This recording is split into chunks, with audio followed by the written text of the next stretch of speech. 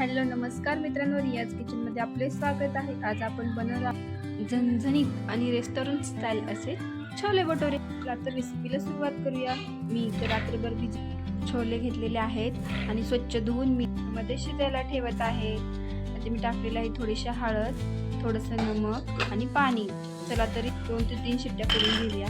आता इथे मी ग्रेव्हीसाठी 4 काजू भिजत घातलेले आहेत आणि ग्रेव्हीचं सामान थोडंसं शेंगदाणे, एक कांदा घेतलेला आहे कट करून, एक टोमॅटो घेतलेला आहे, थोडंसं लसूण, थोडंसं कोथिंबीरचं वाटण घेतलेलं आहे मी आणि थोडंसं गावरान तेल घेतलेलं आहे। हे सगळं मिक्सरमध्ये छान असं वाटून घ्यायचं, त्याची पेस्ट बनवायची। त्याची छान अशी पेस्ट बनवून घ्यायची आणि मी त्याच्यामध्ये मगाशी भिजत घातलेले थोडेसे काजू आणि आल्याचा तुकडा टाकते। आता आपण वळूया फोडणीच्या सामानाकडे। मी काळा मसाला घेतलेला आहे, थोडी काश्मीरी लाल मिरची, हळद, नमक आणि छोले मसाला, कोथिंबीर, आली लसूणची पेस्ट आणि छोले घेतलेले आहेत। चला तर आपण छोले शिजलेत का पाहूया। आपले छोले शिजलेले आहेत। आता मी भटुरेकडे वळत आहे। भटुरेची पीठ मळून घेऊया।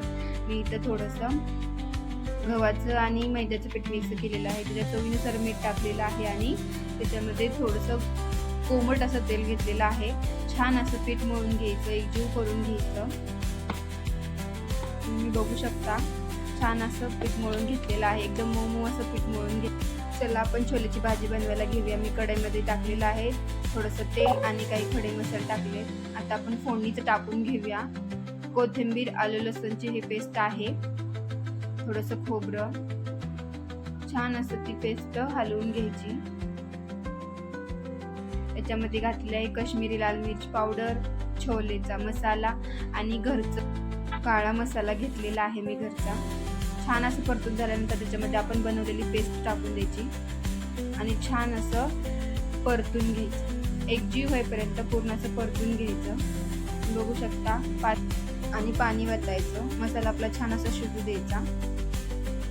खायला टेस्टी आणि स्पायसी अशी लागणारी छोलेची भाजी तुम्ही नक्की घरी ट्राय करून बघा, खूप सुंदर लागते। आता याच्यामध्ये आपण चवीनुसार मीठ टाकलेलं आहे। 5 ते 10 मिनिट झाकून ठेवायचं आणि नंतर त्याच्यामध्ये छोले टाकायचे। तुम्ही बघू शकता मी छोले टाकलेले, छान असं परतून घ्यायचं। अजून 5 मिनिटासाठी छोले टाकल्यानंतर आपण झाकून द्यायचं। 5 मिनिटं ठेवल्यानंतर तुम्ही बघू शकता छान अशी कोथिंबीर वरून टाकायची। आपल्या भाजीला किती छान असं रेड कलर आलेला आहे। खायला एक कोणताही कलर ऍड न करता किती सुंदर भाजीला कलर आलाय, तुम्ही बघू शकता। आता आपण भटुरे बनवायला घेऊया। मी तर कढईमध्ये तेल टाकलेलं आहे। आमच्याकडे खूप मोठ्या आकाराचे भटुरे नाहीत खात, छोटे छोटे बनवते, म्हणून मी सर्वांसाठी छोटे छोटे मीडियम आकाराचेच भटुरे मी बनवलेत। तर कणिक छान असं तिंबून घ्यायची आणि त्याचे छोटे छोटे गोळे करायचे।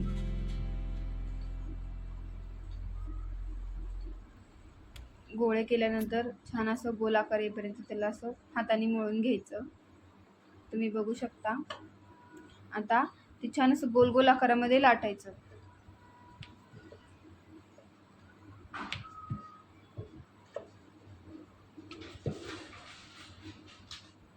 मीडियम साईजचेच भटुरे बनवलेले आहेत। चला तर आपण तळून घेऊया। बघा किती सुंदर अशा प्रकारे आपले भटुरे फुगलेले आहेत। तर गोल गोल मटल झालेले आहेत आपले भटुरे। बघा दुसराही भटुरा आपला किती छान असा फुगलेला आहे। छान छान भटुरे भाजी बरोबर सर्व करायचे।